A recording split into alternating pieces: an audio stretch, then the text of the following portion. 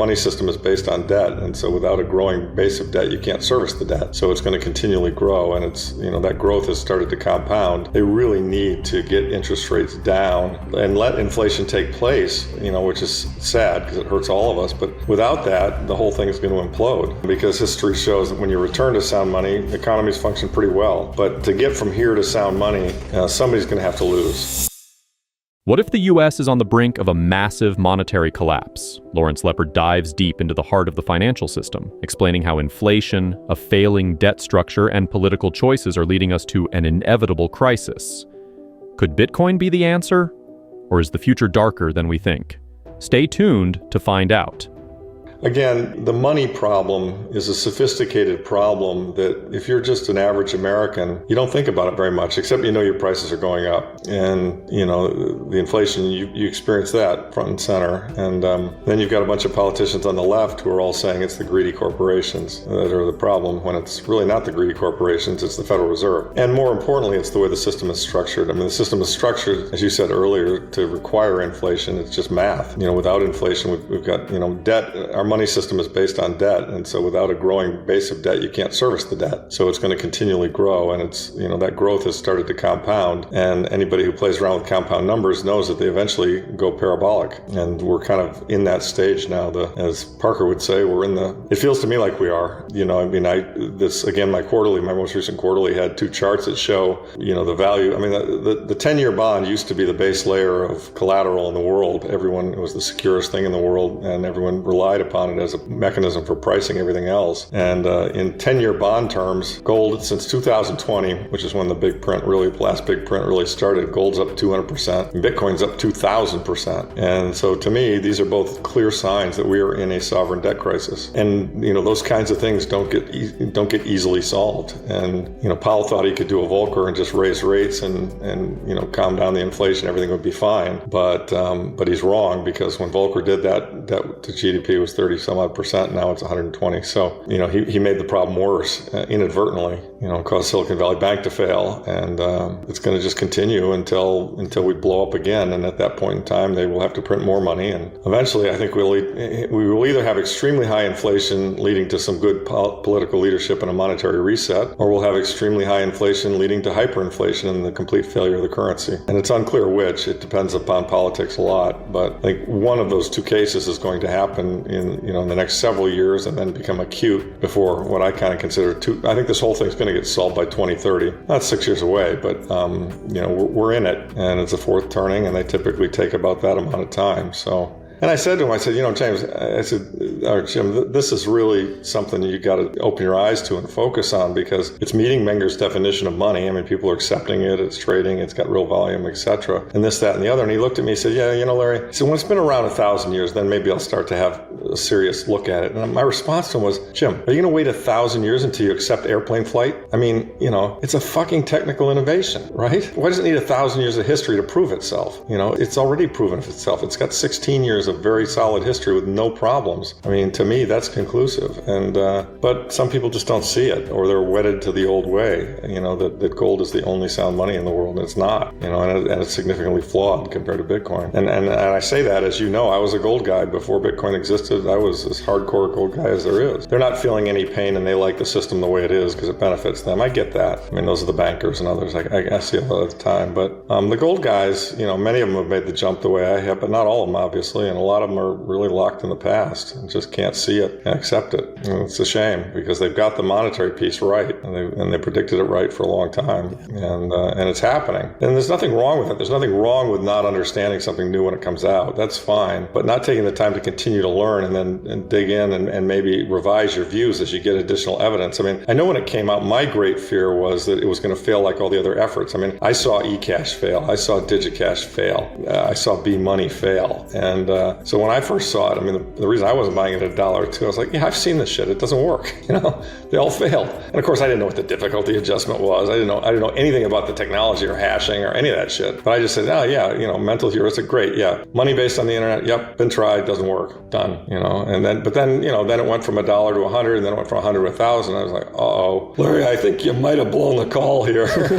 1 and the 2 year at 4.2 and 4.3. The 10 years at 4.6 and the 30 years at 4.8. I mean, and I think the average interest rate on all the federal debt right now is in the threes, low to mid threes. And if that continues, I mean, I think we're rolling $6 trillion of bills. I think I've got that right. I could be wrong this year. And at these interest rates, federal interest expense is going to increase, and that's going to make the deficit worse. So they really need to, I mean, as Luke Roman does such a nice job of pointing out, they really need to get interest rates down and let inflation take place, which is sad because it hurts all of us. But without that, the whole thing is going to implode because the interest expense is just going to continue to consume the budget. Yeah, very, very, very hard to know. I mean, if you did a Bitcoin strategic reserve, I mean, Trump said something also that I thought was very interesting. He said Bitcoin is the new oil. I mean, they had an inflationary problem in the 70s, and part of the way they dealt with it all was, the petrodollar, and they had a deficit problem, and the Triffitt's dilemma, I guess, was biting in the 70s. And what they did is they revalued oil upward greatly, with the Arab oil embargo, and apparently Kissinger was involved in part of that process. And, I mean, if you've got too much debt in nominal terms today, and you've got to devalue it, what do you devalue it against? You've got to devalue it against something that's neutral and that's got a more limited supply. And historically, that would have been gold, but, we're beyond that now. And the natural thing is Bitcoin. And so, I think one of the things they're going to be facing if they do an SPR, and as you and I both talked about in MENA, Matthew Pine says he thinks they are going to do an SPR, and I think they are too. The question then becomes, how big is it? How aggressively do they do it? How much does that push the price of Bitcoin? And does, Bitcoin become the natural choice for some kind of a monetary reset? And I think the answer is all of those things are possible, but how we get from here to there is anybody's guess. All I know, though, is I feel very good owning Bitcoin and a little bit of gold. Lawrence Lepard explains that the money problem is a complex issue that most Americans don't fully grasp.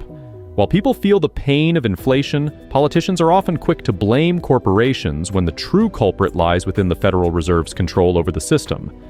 He points out that the entire financial structure is designed to require inflation, as without it, the growing national debt couldn't be serviced. As debt piles up, it begins to grow exponentially. With gold and Bitcoin seeing astronomical price increases since 2020, Lepard believes we're facing a sovereign debt crisis. The stakes are high. Extreme inflation, hyperinflation, or a total monetary reset could be in the near future. Stay tuned to see what Lepard predicts for 2030 and how Bitcoin might play a crucial role in the solution. Well, that's right. And the dollar slides. And I mean, but it is a way to devalue the dollar, and we need to devalue the dollar. The other thing that's beautiful about it is, in the Jason Lowry sense, is that it, I mean, China and India and a lot of the Middle East, other countries, they've all made their bet on gold. And, if we make our bet on Bitcoin, we neatly leapfrog them in terms of, being on a monetary standard that's sounder and more likely to win in the long term. So I think they'll do it. I mean, that's my take. They're going to do it, but how and when, I mean, it's anybody's guess. One of the things I said earlier, though, is, I mean, in my opinion, whatever Trump's going to do, I think he's got to do it relatively quickly, because he's got a year or two at the most of grace before any economic problems become Trump problems. I think if anything happens in the next 6 months, he can say, hey, Biden did this.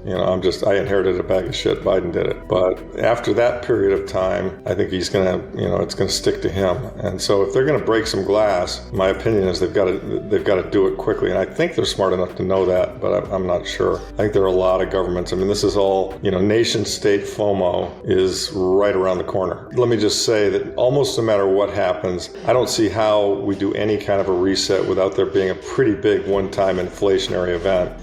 But as I argue in the book, much better to, do it once, have it hurt, get it right, and then be on sound money. Because history shows that when you return to sound money, economies function pretty well. But to get from here to sound money, somebody's going to have to lose, because there are a lot of assets out there that are misvalued, most particularly bonds.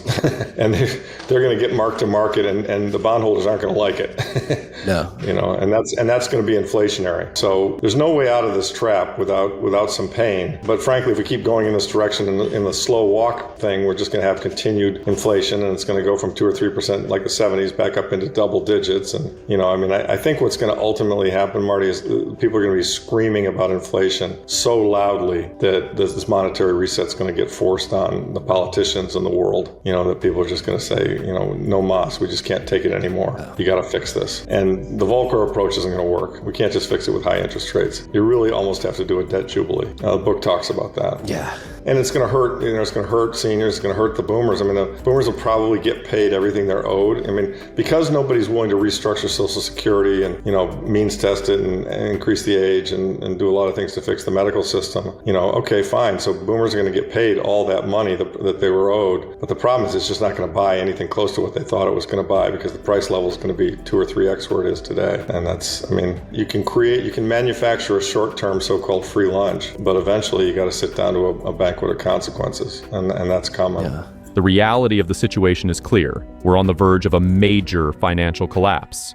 Whether it's Bitcoin or gold that leads the way, the need for a monetary reset is undeniable. Lawrence Lepard's insight provides a chilling yet realistic perspective on what's to come. Don't miss out. Make sure to subscribe and stay updated as this crisis unfolds. Until next time.